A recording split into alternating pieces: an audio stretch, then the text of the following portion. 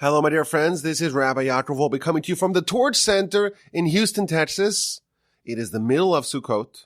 It is the intermediate day, the Chol HaMoed on Sukkot, and we are recording a special mid-Sukkos podcast. We don't usually do this. We don't usually record a new podcast on Chol HaMoed, Moed Tov, as we traditionally say. This is the intermediate days. We have 2 days at the beginning of the festival of festival days, like Shabbos equivalent, Yom Tov days.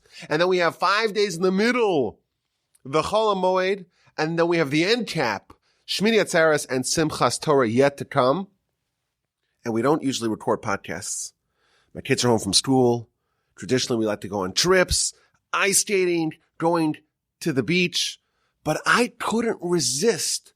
Coming to the Torch Center, sneaking in over here for a quick mini episode. I had some thoughts I want to share with you, and I actually do plan on doing another Parsha podcast over the course of this Chol HaMoed, but I wanted to share with you an idea. What I said in my Sukkah a couple of days ago on day 1 of Sukkot. So, of course, we are in Houston, Texas, and if Houston is known for one thing, it is known for its heat and humidity. And we were outside in the Sukkah, and the heat index was 103 degrees Fahrenheit, and we were roasting.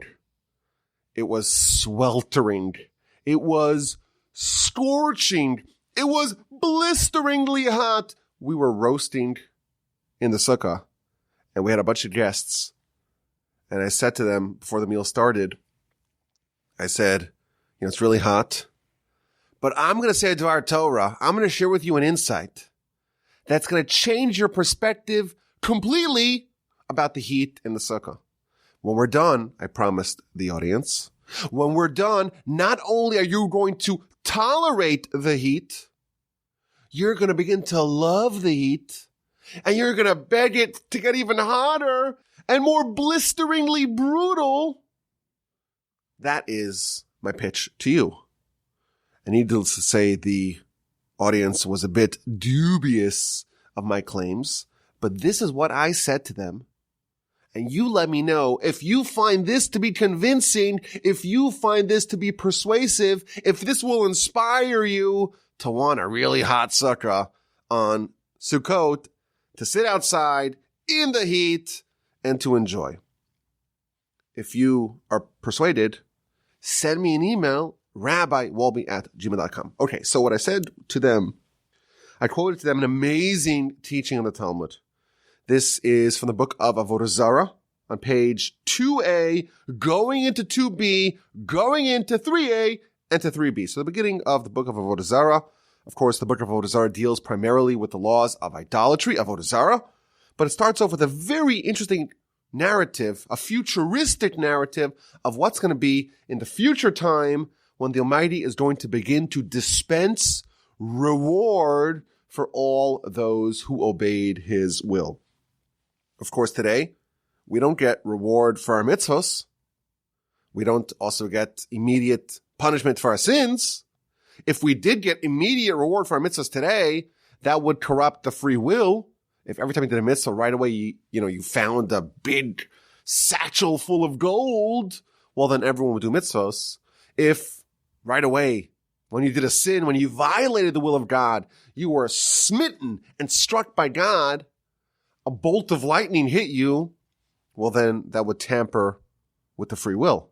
And therefore, we don't have reward in our current existence. It's delayed. It comes later. When does it come? It comes after we die. And it also comes in a future time, le'atid lavo, in the future, in the Messianic era and in the post-Messianic era, the world that we call Olam Haba, resurrection of the dead, Tchias HaMesim, and that is the subject of this amazing narrative in the Talmud. And we've spoken about this Talmud in the past, but we're going to go through it a little bit more intensely and rigorously today to see how beautiful it is to sit in a hot and sweltering sukkah. So Talmud begins that in the future, the Almighty is going to hold a Torah scroll, and He is going to make an announcement. And He's going to say, whoever studied the Torah, whoever obeyed the Torah, whoever adhered to the Torah, come and get your just reward. And when everyone sees the reward, the spiritual reward destined for the righteous in this world, in this future world, is so vast that the most minor, tiny, smidgen, scintilla, particle, hint of that reward outweighs the combined pleasures of all of humanity, of all of the world, of all of world history. That's what we're told. There's going to be this reward, and the Almighty is going to begin to dispense it.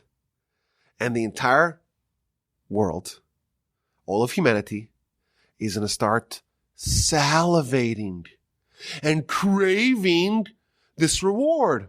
And they're going to all show up to God, we're told in the Talmud, and they're going to say, okay, I'm here, I'm ready for my reward.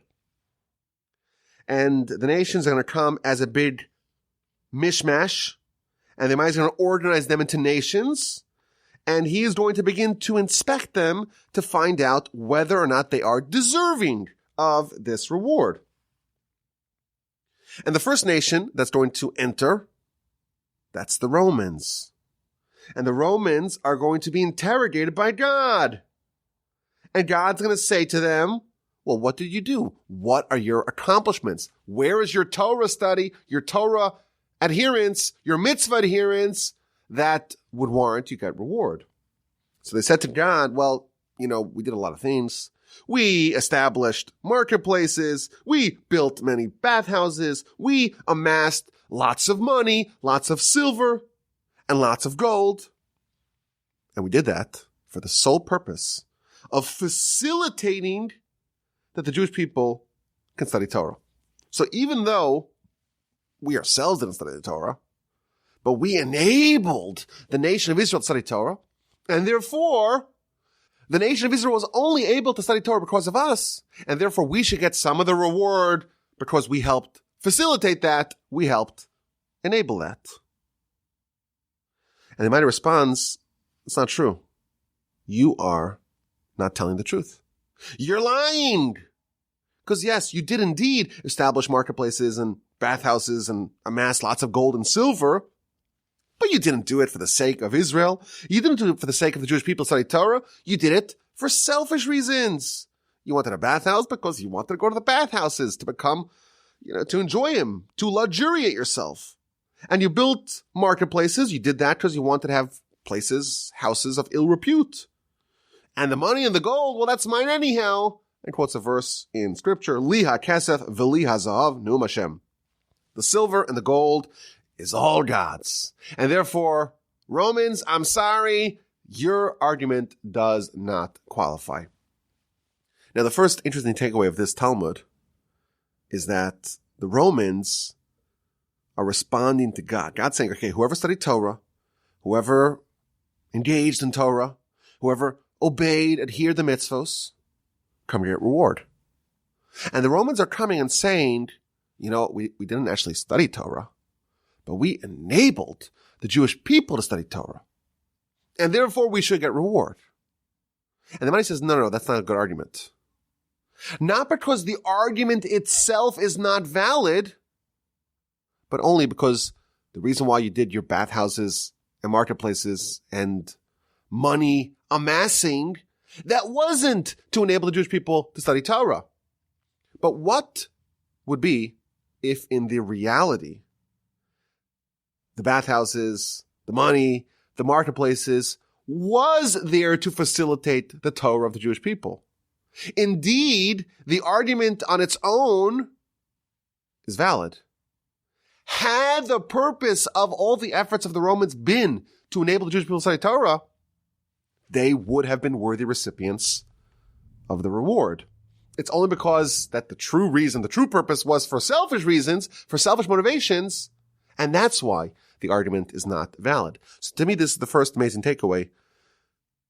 The Talmud tells us here that whoever enables and facilitates and paves the way for the Jewish people to study Torah, even if they're someone like the Romans, they're not Jewish themselves, then that would be an argument that they can use to justify, to claim eternal spiritual reward in the time, in the situation, under the circumstances, in that futuristic time when the Almighty is dispensing the amazing reward.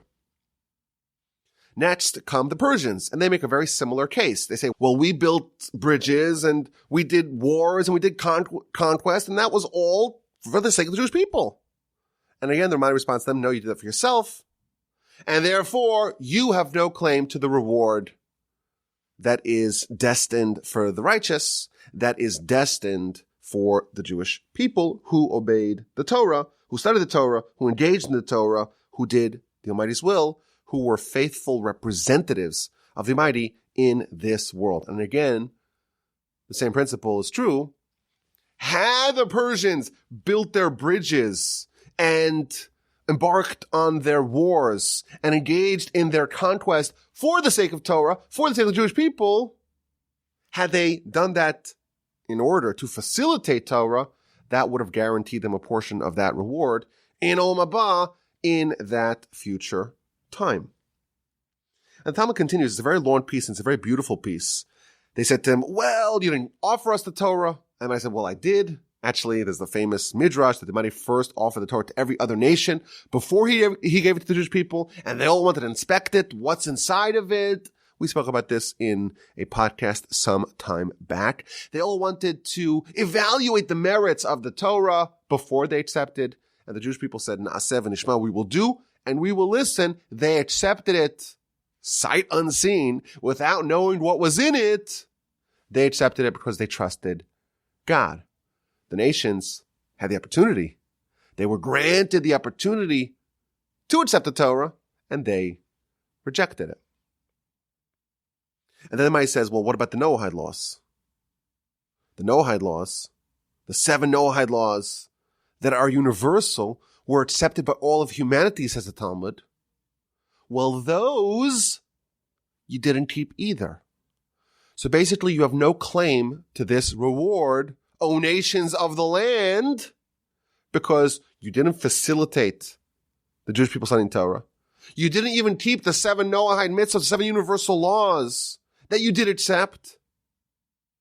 But had you facilitated the Jewish people studying, and had you indeed faithfully observed these 7 Noahide laws, you would have merited a ticket to Olam Haba. You would have merited a ticket to the afterlife, to the eternal abode of pleasure.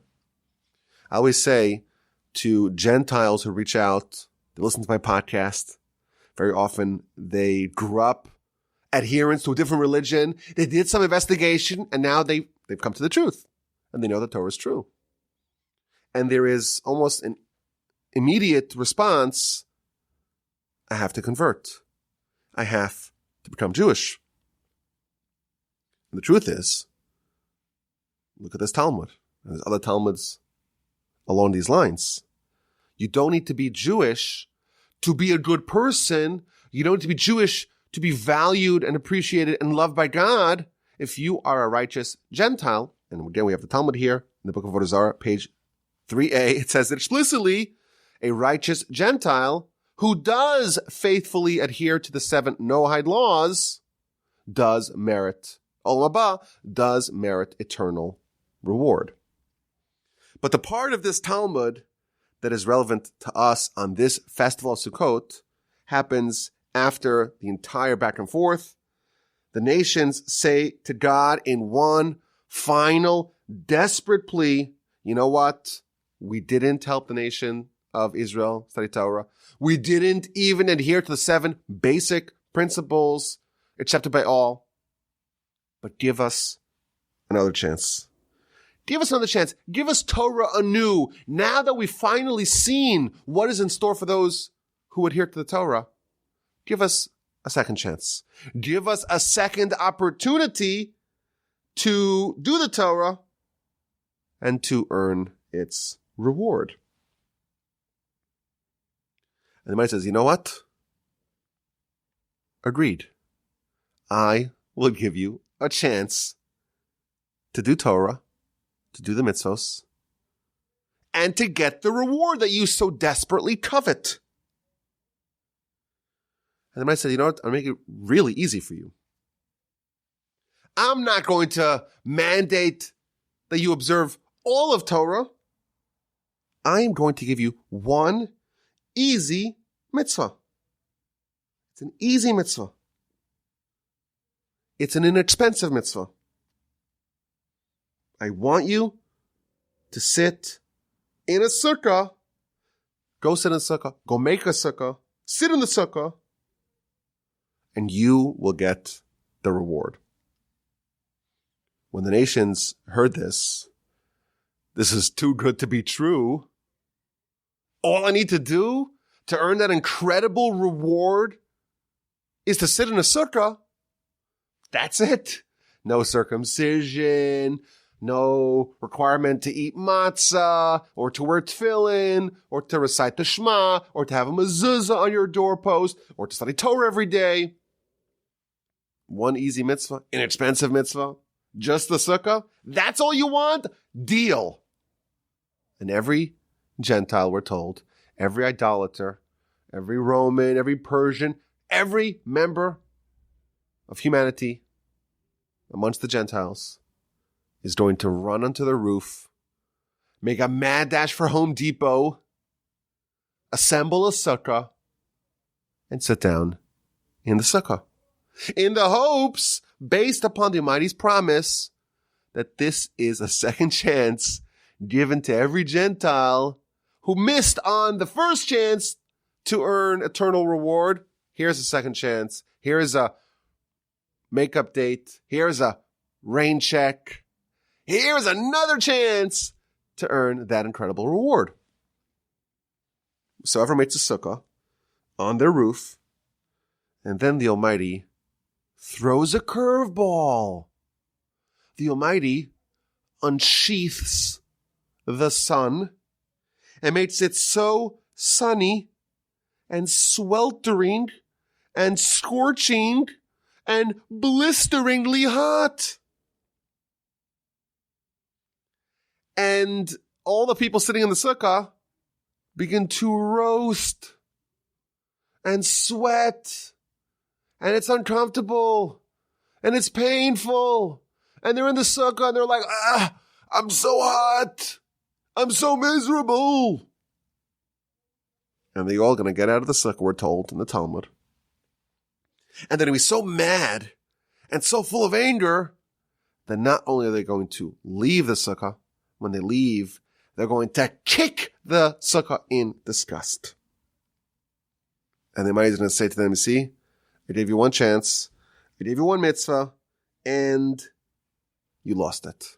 And the Talmud concludes, even though the laws of sukkah maintain that if it's very uncomfortable in the sukkah, if it rains in the sukkah, or even if it's very, very hot in the sukkah, you are not required to remain there. You may leave and go to your air-conditioned home.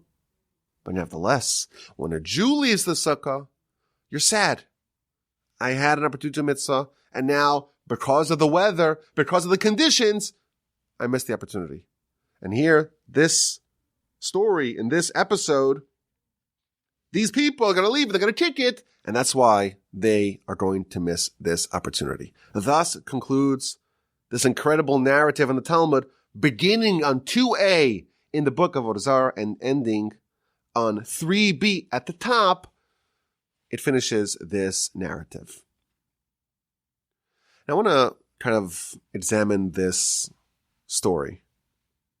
Of course, whenever we get to such a teaching in the Talmud, we have to realize that this is an agadic teaching in the Talmud, and therefore the deeper meanings are often going to be masked and covered, and we have to work really hard to try to understand what is the actual message of the Talmud. But one thing we know for sure is that the Almighty is not toying with these people, with the nations. This is not a joke. God is not teasing them. Indeed, he made a promise. I'm going to give you a second chance. I'm going to give you an opportunity to acquire Olam Haba, the reward of the afterlife, with sitting in the sukkah. And indeed, had they fulfilled this mitzvah, it would have resulted in them receiving Olam Haba, receiving the eternal reward of the afterlife. The first question is, wait a minute. How does that work? How can you accomplish the work of a lifetime by doing one mitzvah? How many mitzvahs do we have? We have 613 mitzvahs. And the truth is, even the 613 mitzvahs that we have, they're categories of mitzvahs. And there are millions of mitzvahs. If you were to kind of separate out every deed that is kind of under the rubric of a mitzvah, there's millions. And as Jews, we're obligated in all of them. We don't have coupons to get off the hook. The money expects a lot of us. And here come along these Gentiles, and they're really desperate to get the reward, and they didn't facilitate our Torah study and observance. They didn't even keep their own 7 Noahide mitzvos. And now the money says, you know what? I'll make it easy. One easy mitzvah. It's not even expensive. You want to buy matzah. It's really expensive. You want to buy Lulav and Esrog. Also apropos for our festival that we're in the middle of right now. It's very expensive. I bought a set of Lulav and Esrog. It was $120 for essentially a glorified lemon and a stalk and some branches. And I had to buy several of them for my boys as well. It's an expensive mitzvah. What does it take to sit in a sukkah? You have to have 4 walls, but you don't really need to have 4 walls. 3, 2.5 is enough. It doesn't even matter what the walls are made out of. And then on top, you take some leftover branches, whatever. It's easy, simple, it's cheap. And with this one mitzvah, they could get to where we have to spend a lifetime of mitzvos trying to get. They fulfill this one easy and cheap, inexpensive mitzvah and get Olam Haba. That's question 1. Question number 2. The Talmud says, again, that the Almighty gives them a second chance. And he goes easy on them. And he's not going to tease them and not going to make it difficult for them. But what does he do? He makes it so hot and so unpleasant to sit in the sukkah. It seems like he is teasing them. He's deliberately making it so hot. Why would they might do that? Make it nice and pleasant. Give a nice cool autumn breeze. Let them enjoy sitting in the sukkah and let them earn the afterlife. What is happening in this Talmud? So I want to suggest an approach. The mitzvah of Sukkah is a very unusual mitzvah. The Gaon of Vilna famously said that there are only 2 mitzvos that encompass us completely, that we get completely immersed and subsumed in. When you do a mitzvah, it's almost like external to you. And even if you eat the matzah, it's something that you're doing, you're consuming it, but it's not something that you're in, you're swallowed up in, you're subsumed in, you're immersed in. There are only 2 mitzvos, we're told, that you get completely enveloped in. And that is the mitzvah of being in the land of Israel, of inhabiting and settling in the land of Israel, and the sukkah. You walk into the sukkah, and you're completely enveloped, enclosed, encompassed, subsumed inside the mitzvah. So that's an interesting observation about this mitzvah in general. But what's the lesson? Maybe we can suggest for us to become worthy of Olam Haba, to become worthy of the afterlife, we have to develop ourselves into someone who is meritorious to live and flourish in the afterlife. And our sages explain to us that there are 613 mitzvos because there are 613 parts of our body. We each have 248 limbs, 365 sinews, And 248 plus 365 equals 613, because there is one mitzvah corresponding to every part of our body. And the insight here is that with each mitzvah that we do and we perfect, we earn that corresponding body part for Olam Haba. And if a person has all 613 mitzvos, you've completely assembled a version of yourself, like a spiritual avatar of yourself, that's worthy of Olam Haba. And what this means is that with each mitzvah, we are earning, so to speak, a part of ourselves that is going to be our identity, who we are in the afterlife. But we are doing it piecemeal, one mitzvah at a time. The mitzvah of a sukkah is so special. You walk into the sukkah entirely. It's not a mitzvah for your arm, your right arm or your left arm, or your right ear or your left ear, or your right leg or your left leg, or your spleen, or your chin. Every single part of you is inside the sukkah. All 613 parts of you partake in this mitzvah. And therefore, there's something about this mitzvah that is encompassing of the entirety of a person's identity. And therefore, with one mitzvah, you, to a certain extent, can earn the entirety of your being eternal life in the afterlife. In fact, there is the prayer that we say on the second day of Sukkot. We are warned not to make light of the mitzvah of the sukkah, not to devalue or denigrate it, or fail to perceive how amazing it is, because it is equal to the 613 mitzvos all put together. What a powerful idea.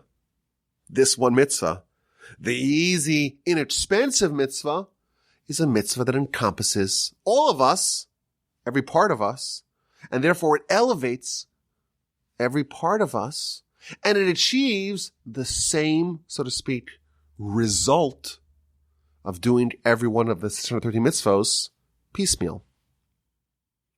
But here's the problem. In order for this to work, in order for one simple, easy, inexpensive mitzvah to actually transform you and make you a citizen worthy of the spiritual world, there has to be sacrifice. There has to be a part of this mitzvah where it's difficult for you and you're doing it because that's what the Almighty wants of you. So the Almighty made it hot. Why did He make it hot? Because that is the precondition. It has to be unpleasant in order for you to actualize the opportunity the Almighty has given you here to make up for neglecting all 613. You got to make it up with this one 613 part mitzvah, but it has to be done with self-sacrifice. And therefore, the only way that this could have accomplished the goal is if it was very, very unpleasant.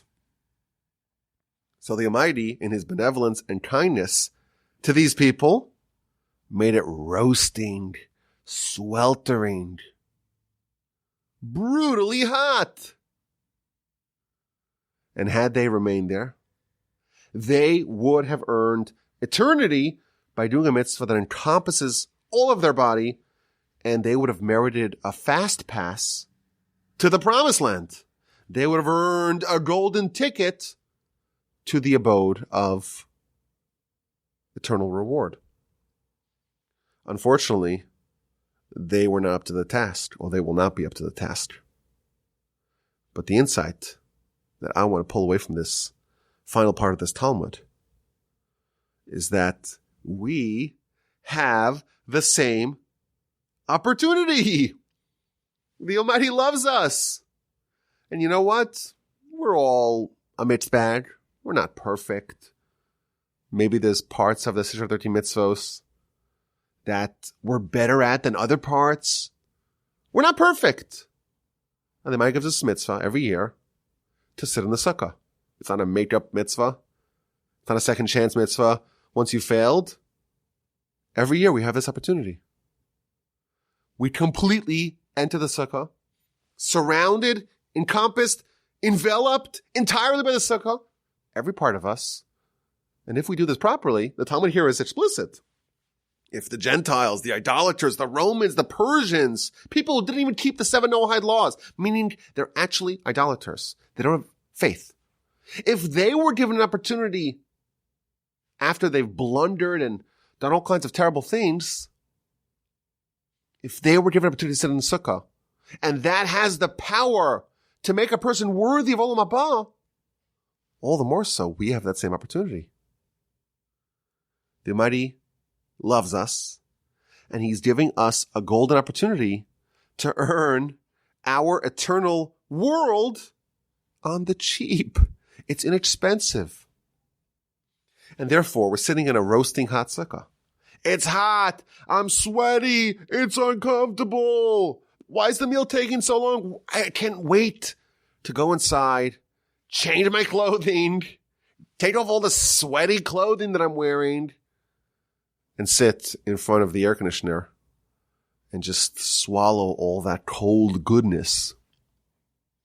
But no, now that we know what the sukkah is all about, and it's hot, if we think about what the Almighty is doing for us, He's giving us an easy opportunity to earn everything that we want in life, to earn eternal reward. Of course, to us, we don't have the benefit that they have in this futuristic Talmud to actually visualize that reward. But we trust that the Almighty is going to keep His word, always has never fooled us. And therefore, when we are sitting in the sukkah, and it's uncomfortable, it's sunny, it's hot. I remember when growing up in the Northeast, it was always cold, frosty, and there was a certain kind of pleasant, nostalgic feeling of like eating a hot bowl of soup in a crisp but frosty sukkah. But in Houston, Texas, or in Florida, or in Mexico, or other places where it's really, really hot, here's the lesson. We shouldn't only tolerate it, we should love it and wish that was even hotter. That was the message that I shared with my audience on the first day of Sukkot. And what do you know? We woke up the second day of Sukkot, and there was a cool front. It was like 60 degrees with a crisp wind. And I said, I'm so sad. I'm so sad that it's so pleasant because now I lost the opportunity. But then someone told me, you know what? They're happy. So I guess if someone else is happy, then I guess I should be happy as well.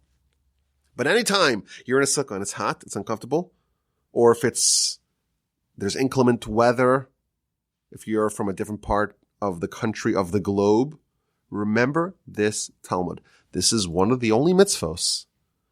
They are completely encircled, enveloped, surrounded by, immersed in, subsumed in. And therefore, this is something whose repercussions, whose consequences can change you entirely. And even transform you from being someone who is not worthy at all of Olam Haba overnight, in one fell swoop. With one easy mitzvah, you could change it all. This mitzvah is equal to all 630 mitzvahs. It can accomplish the objective of all the mitzvahs. It might be a bit unpleasant, but you know what? Bring it on. The more difficult, the better. May we all merit to tap into the power of the mitzvah of the sukkah, to be fully immersed and subsumed in the sukkah, and to earn the incredible reward the Almighty has in store for the righteous. My email address is rabbiwalby@gmail.com.